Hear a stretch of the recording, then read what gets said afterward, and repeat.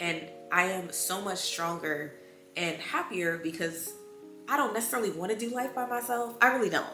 But I know that I can, and I know that it can be a beautiful, joyous life regardless of someone else being there because I enjoy my own company. I am a good time by myself. Okay.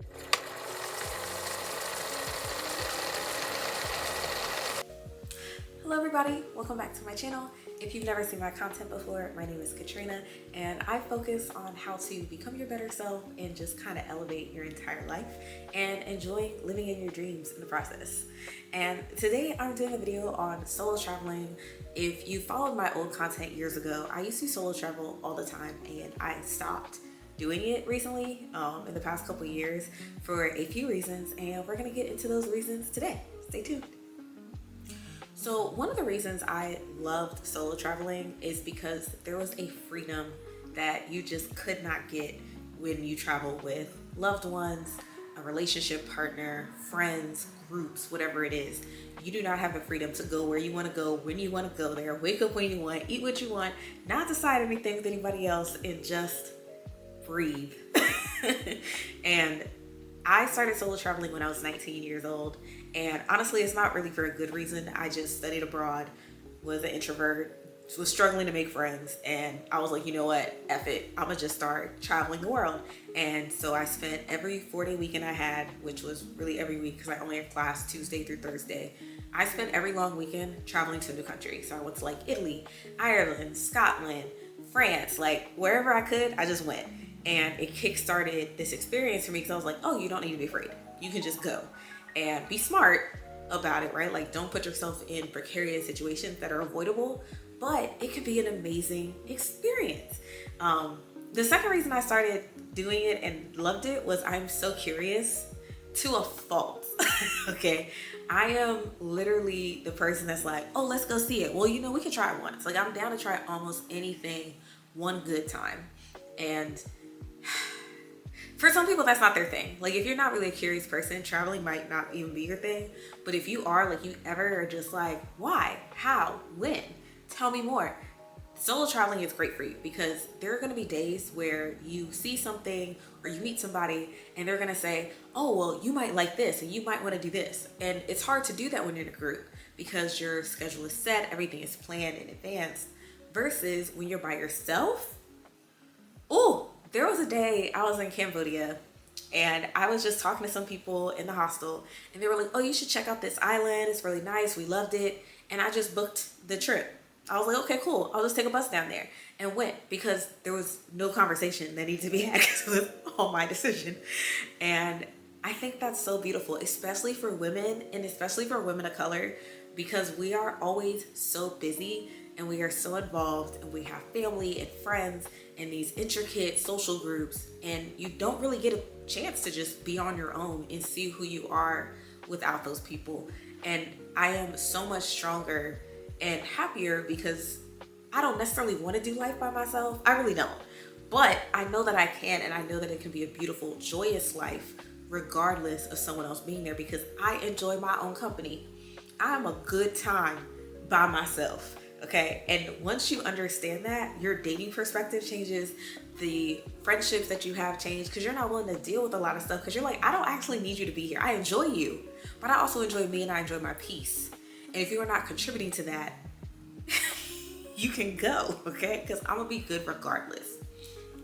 I'm getting off topic. Let me go back to my notes, y'all. So another reason I did it was I'm also impatient. That's not necessarily a pro in a personality, but I think it is a pro in a way that it requires you to kind of just move on your own regardless. And I started traveling very young. I used my college scholarship to pay for my first solo international trip. My scholarship paid for my entire study abroad. All I had to do was cover the flight and I think like food. No, I got a food stipend with my scholarship. So I just had to cover the flight.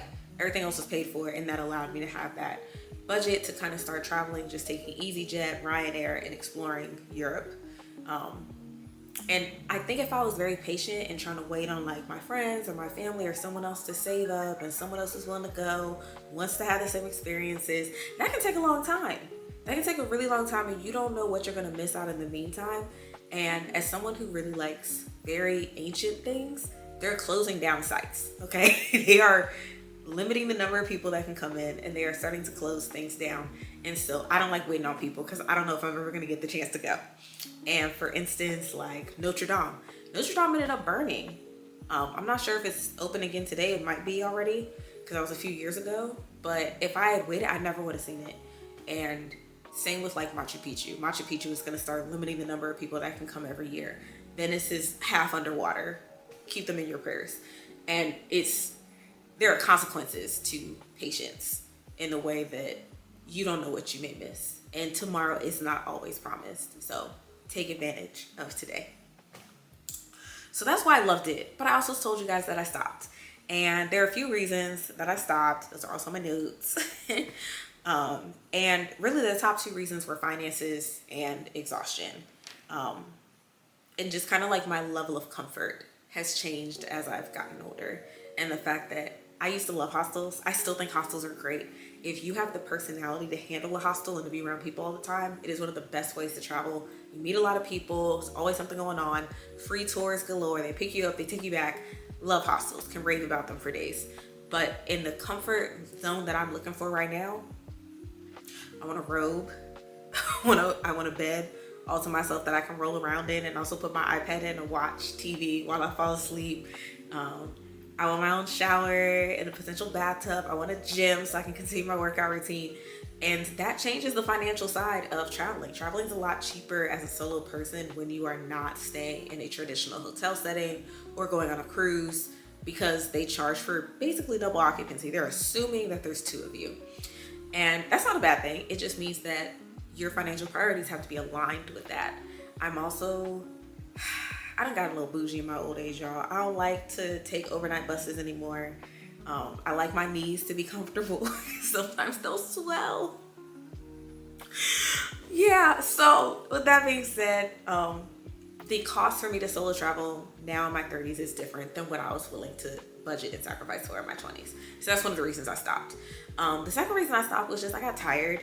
I went to about, I think 20 countries in my 20s, so about a country a year, but a lot of those were back to back to back. Like I was either working full time or traveling full time or working overseas.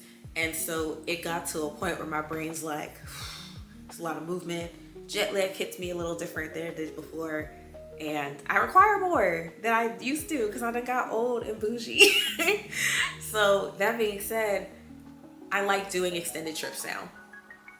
I think I'm down for more solo traveling, but if I do it, I want to do like the sabbatical, or which I have another video about. Y'all can check that out. But doing extended travel, I think is more my speed now, and doing extended comfortable travel is my speed. I'm not really going to go overseas for like weekend trips anymore unless I'm like, oh, I just want to go shopping real quick or something like that. But other than that, I'm going to take extended trips. It's going to be a week or two. It's going to be a 5-star hotel. I want to be able to sleep while I'm there. I need more rest than I used to.